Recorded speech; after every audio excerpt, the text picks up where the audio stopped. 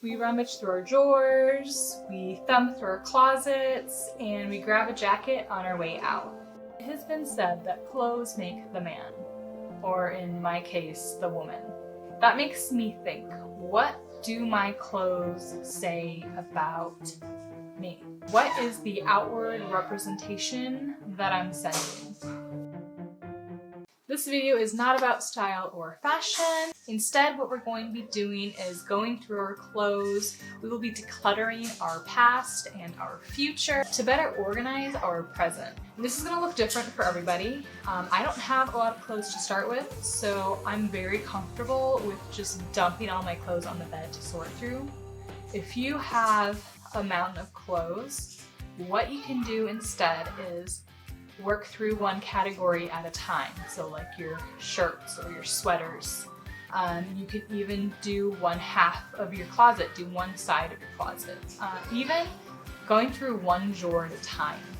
What this is going to do is it is going to prevent that overwhelm of when you pull everything out and you have this huge mess, you kind of get paralyzed. You're just like, what have I done? Once you have your things, just start. This is everything. All of my drawers, hangers, hats, shoes, everything.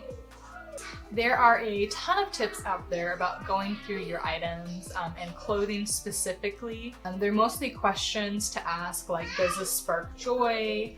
Or, if you were at the store right now, would you buy it? Have you worn it in the past 3 months? I don't think you have to think that hard on it. It's clothes. So going back to the idea that what you wear is an outward representation of oneself, keep what aligns with that. Remove the past that's no longer relevant. So for me, that is nursing tops. Maybe for you, it's a bikini that you haven't worn in 5 years, or your favorite pants that you haven't fit in 2 years. Keeping what is relevant or what is present for you will not only free up space physically, but it's going to declutter your mind. It's not only holding on to the past, but it can often be holding on to the idea of a future. Holding on to something for later or for just in case not only takes up physical space, it can also create disappointment. So I've been holding on to my workout clothes for 5 years. I didn't wear them because for the majority of that time I was pregnant, but I was holding on to them for when I was ready to go work out again. In my drawer, and they were taking up space, but not that much. Every time I saw them though, I would feel really guilty. I'm at a point right now where I guess I should be working out, but that doesn't fit into my life right now. Instead, what I'll do is I will replace these items when I need them, if I need them in the future.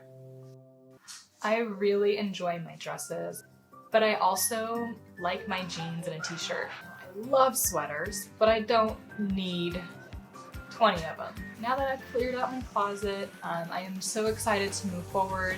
In my video about consumerism, I talked a lot about how I would buy cheap and on sale.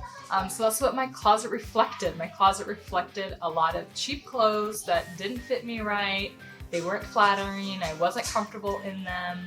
Now, I feel really comfortable with investing in quality clothing that not only will last a long time, it will be flattering and it will be comfortable.